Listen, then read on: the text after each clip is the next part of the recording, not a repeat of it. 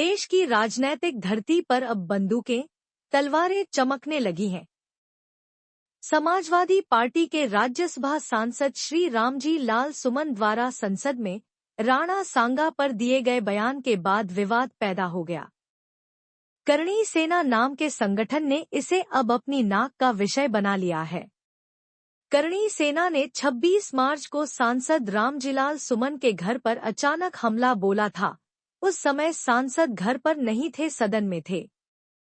करणी सेना ने सांसद रामजीलाल सुमन द्वारा माफी न मांगने तक अपनी लड़ाई जारी रखने का ऐलान भी किया है। आज 12 अप्रैल को राणा सांगा की जयंती की आड़ में करणी सेना ने आगरा की गढ़ी रामी में लाखों की संख्या में तलवारें, बंदूक और फरसे लेकर शक्ति प्रदर्शन किया। आज हिंसा का नंगा नाच हुआ। रामजी लाल सुमन को जान से मारने की धमकियां दी और कूटने की बात कही। करणी सेना ने इस आंदोलन को रक्त स्वाभिमान की लड़ाई नाम दिया है। आज सांसद रामजीलाल सुमन जी के घर को कड़ी सुरक्षा में रखा गया था। हरि पर्वत चौराहे से सूरसदन चौराहे तक सील किया था। आगरा प्रशासन ने करणी सेना को नियंत्रित करने के लिए मजबूत सुरक्षा घेरा बनाकर रखा था।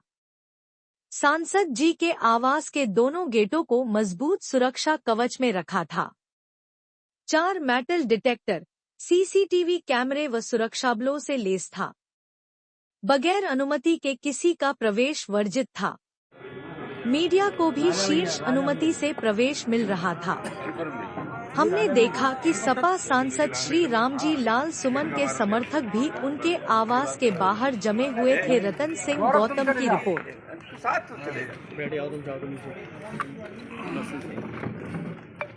चलो ठीक है, आप लोग कुर्सी पर बैठोगे? नहीं सर, ठीक है, कोई बात नहीं। इस तरह का प्रोटेस्ट चल रहा है गढ़ी रामी में, इस बारे में क्या कहना है? कुछ नहीं चल रहा है, विरोध हो रहा है। कोई करणी सेना बताते हैं, उसका कार्यक्रम चल रहा है और तलवारें फहराई जा रही हैं, हिंसक भाषण हो रहे हैं। मेरे कहने का सिर्फ यही मतलब है कि कोई व्यक्ति दुनिया में पैदा हुआ है या कोई विचार है, दुनिया में तमाम तरह के विचार चलते हैं, सब लोग उस विचार से सहमत होना आवश्यक नहीं है। विद्यार्थी जीवन में हम जब समाजवादी आंदोलन में भर्ती हुए तो साम्यवादियों का विचार था, समाजवादियों का विचार था, जनसंघ का भी विचार था, आरएसएस का ही विचार था। तो वैचारिक दृष्टि से आदमी किसी संगठन में जुड़ता है, कोई विचार अपने आप में पूर्ण नहीं है। मेरी अगर राय से कोई इत्तेफाक नहीं करता था। जनतंत्र में अभिव्यक्ति की आज़ादी है और कोई बात से अगर हमारा कोई मित्र, हमारा कोई साथी सहमत नहीं है तो हमें अधिकार मिला हुआ, हम उसका विरोध करें, लेकिन संविधान के दायरे में विरोध करें। जो कानूनी अधिकार हमारे को मिला हुआ है उसका विरोध करें।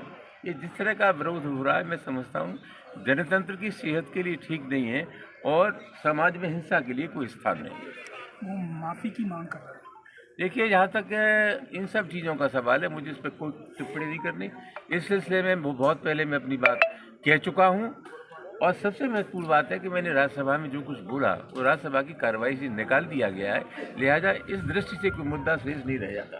2027 में कुछ सबक सिखाने की भी बात कर रहे हैं। 2027 में सबक सिखा देंगे तो बड़ी कृपा होगी उनकी। यही सब वोट डालेंगे और तो पूरा कोई हिंदुस्तान है नहीं।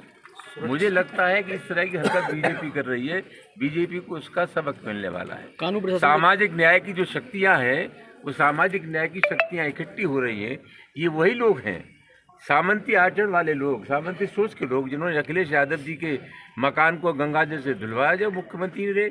ये वही लोग हैं कि राजस्थान विधानसभा में प्रतिपक्ष का एक नेता था दलित, जब वो मंत्री में चले गए तो उसको धुलवाया गया। ये वही लोग हैं जो दलितों की बारात को नहीं चढ़ने देते। ये वही लोग हैं जो जातिगत जनगणना को नहीं होने देते। ये एक मनोवृत्ति है और उस मनोवृत्ति के खिलाफ समाजवादी पार्टी का सतत संघर्ष है।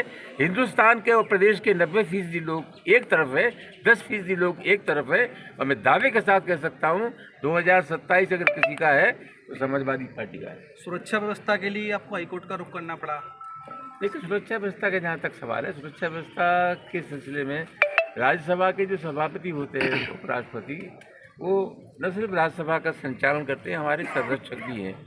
जब हमको धौंस मिलने लगी, तरह तरह की घोषणाएं होने लगी, जान से मार देंगे, मैंने राज्यसभा के सभापति से विनम्र आग्रह किया था कि वो हमारी सुरक्षा व्यवस्था सुनिश्चित करें। जहाँ जहाँ से सुरक्षा व्यवस्था सुनिश्चित करने की जगह हो सकती थी, हमने सब जगह आग्रह किया। इसके बाद हम हाईकोर्ट गए। कानून व्यवस्था को लेकर संतुष्ट हैं आप?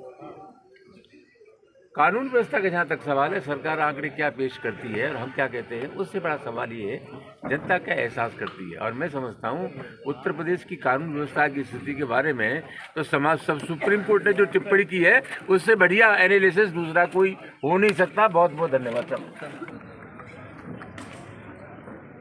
नेता भाई, आज किस तरीके से प्रदर्शन हो रहा है करनी सेना में, क्या किस तरीके से देखते हैं इसको? देखिए, ये करनी सेना नहीं, ये भाजपा सेना है जो कि ज़बरदस्ती कोई मुद्दा ढूंढ रही है, क्योंकि विकास तो इन्होंने किया नहीं है। और अगर कोई बात करी है, किसी को बुरा लगा है, तो सदन पे बात होती है, सदन में बात खत्म हो जाती है। और जिसको बुरा लगा है वो कोर्ट जाए, न्यायालय जाए। ऐसा कौन सा ही, तो मैं तो उत्तर प्रदेश को जंगल राज कहूँगा। जंगल राज कायम हो चुका है, जो लाठी डंडे तलवार लेके खुद ही सड़कों पर न्याय के लिए निकल पड़े हैं। तो ये कानून व्यवस्था नहीं है और लोकतंत्र की हत्या है। क्या कहना चाहेंगे प्रदेश सरकार को लेकर, जिस तरीके से ये प्रदर्शन चल रहा है, पुलिस व्यवस्था कानून व्यवस्था को लेकर किस तरीके से सुरक्षा करनी चाहिए? मैं कहूँगा कि माननीय योगी जी को इस समय इस्तीफा दे देना चाहिए, क्योंकि पूरे उत्तर प्रदेश में जंगल राज कायम है। जिसको देखो अपने आप इंसाफ करने सड़क पर उतरा रहा है, जो देखो गोली मार रहा है, जो देखो तलवारें निकाल रहा है। आप इस समय भी देख लीजिए, जो वहाँ आप करनी सेना कह रहे हो, ये उदंगी सेना है, करनी सेना नहीं है, उदंगी सेना है, जो कि तलवारें लाठी डंडे लहरा रहे हैं। तो इसका हम कड़ी विरोध करते हैं और निंदा करते हैं कि पूरे उत्तर प्रदेश में प्रशासन से क्या मांग करते हैं? प्रशासन से ये मांग रखते हैं कि इस तरीके के लोगों को गिरफ्तार किया जाए, क्योंकि जिस तरीके से पहले भी SC/ST का मुकदमा हो चुका है उपेंद्र राणा पर, और आज वो अगर वहाँ पर है तो पुलिस उसे गिरफ्तार करे।